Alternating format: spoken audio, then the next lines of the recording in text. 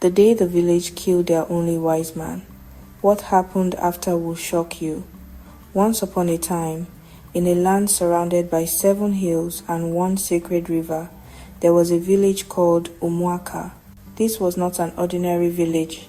It was a place where the trees whispered, where the moon always seemed to listen, and where every thunderstorm came with a message. The villagers were proud and hardworking, but above all, they were stubborn. In this village lived a man named Nosu. He was old, so old nobody could remember when he was born. His beard was long and white like the feathers of an egret. His voice was deep, and when he spoke, even the trees bent to listen. He was the village's only wise man, the kind of man who knew when the rains would come, what herbs cured madness, and even what dreams truly meant. For years, the people came to him for everything. They called him Dibia Nuwosu. But as the world changed, the people started changing too. The young men began mocking old traditions. They said Nosu's wisdom was just superstition, that his rituals were outdated, that his knowledge was holding the village back. Some said he was too powerful, too respected, too feared. Then, something strange happened. A new man arrived in Umuaka. He called himself Ogbuefi Dike. He wore red robes and golden rings and claimed to be sent by the gods to bring the village into a new era. He spoke well, laughed often, and promised the people wealth beyond their dreams. Many believed him, especially the youth, and he told them one thing that changed everything.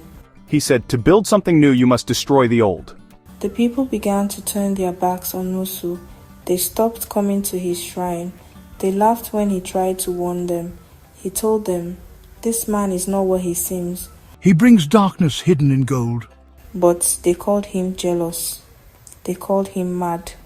And worst of all, they called him a liar. One day, during the village gathering, Ogbuefi stood before the people and declared, "The gods have spoken." The old man must be sacrificed for Umuaka to enter a new season. His spirit is blocking our blessings. There was silence, then murmurs, then agreement, and just like that, they agreed to kill the only wise man they had ever known. They tied Nowosu under the sacred Iroko tree. Even as he stood in chains, his eyes remained calm. He looked at them and said, "You will remember this day." Not for what you gained, but for what you lost.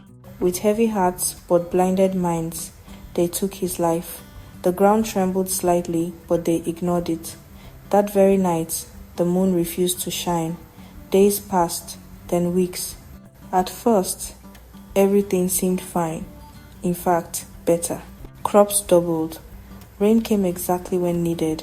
The people rejoiced. They danced. They said, "Truly, Ogbuefi has brought us blessings." But soon, strange things began to happen.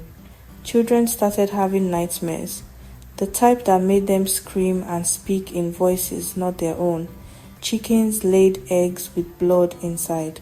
Rivers that once flowed with sweet water turned bitter. Then, one morning, the sun refused to rise. Instead, the sky turned red. The people rushed to Ogbuefi's shrine, but he was gone, disappeared without a trace. All they found was a black feather and a message written in ash on the wall. He was never sent by the gods, he came to collect. Panic swept the village. The elders tried to consult the spirits, but they heard nothing. It was as if the gods had turned their backs. One by one, the leaders fell sick. Their skins turned grey. Their tongues swelled. No healer could help. The people began to whisper that Nosu's spirit was angry, that he had been their shield all along, and now there was nothing protecting them. That night, the wind carried voices. The villagers heard laughter in the trees, screams from dry wells, and then silence, thick, heavy, deadly silence. Suddenly, the sacred Iroko tree, where Nwosu was killed, burst into flames, but the fire did not burn the tree. No, It shaped itself into the form of a man, a glowing, tall figure with white beard and burning eyes. It was Nwosu, but this was not the old man they once knew. This was a spirit, a watcher, a judge. He spoke once, and the entire village heard it, even those fast asleep. You traded wisdom for charm. You chose silver over truth. Now you must reap what you have sown. Then he vanished. The next morning, Umuaka was quiet. Too quiet. No birds, no laughter, no footsteps. Those who remained found themselves cursed with forgetfulness. They couldn't remember their names, couldn't remember why they were crying, couldn't remember the face of their children. Only one thing was clear in their minds. They had killed their only wise man, and they would never get him back. So, whenever you visit an abandoned village and you hear whispers in the wind, listen closely. You might hear an old voice say, They chose death when they killed wisdom. and now their story lives on as a warning to never silence the voice of truth, even if it comes from an old man.